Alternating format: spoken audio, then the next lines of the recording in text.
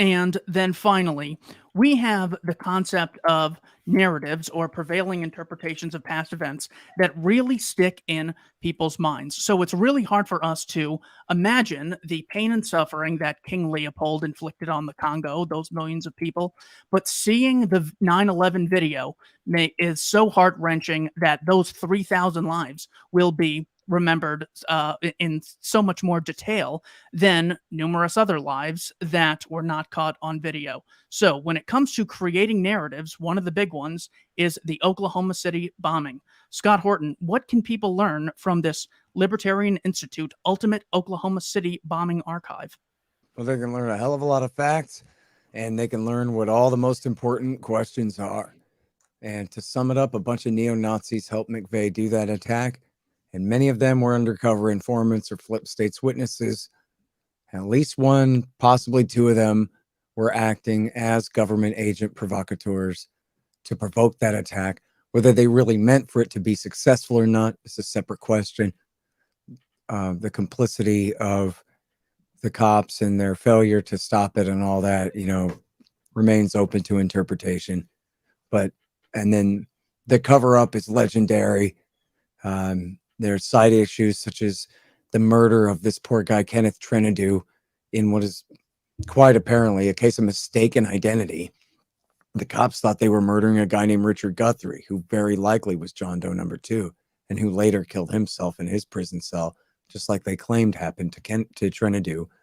But his brother Jesse found out the truth about all of that and has been suing in court in Utah ever since. And there's at libertarianinstitute.org/OKC, people can find my entire treasure trove of archives, which I've been saving up for years here, trying to do documents and the rest. But I just turned all that over to Richard Booth, this brilliant researcher and journalist and author on this issue, who has added, my collection of documents and audio clips and whatever else it all is up there to his absolute treasure trove. Like, he just has everything. I bet what I gave him is probably 10% of what's up there. He has so much stuff. All of the best news articles, all of the documents, Secret Service, ATF, FBI, all the 302s, all the court records and transcripts and evidence, exhibits and whatever in the world you could think of. He's got it all there at libertarianinstitute.org/OKC. And by the way, there's none of the kooky stuff. There's nothing about, Iraq did it, like the neocons tried to spin it. And, nothing like that. It's all reliable, verifiable journalism, not kookery, even though possibly that sounds like a kookery type subject matter to people. I assure you it ain't. In fact, anyway, go see for yourself. And, I'll tell you this. Booth is working on a book. I can't promise it'll be this year because he's got a real job and, is doing his best. I think he was going to try to write something like the encyclopedia of everything you need to know about this.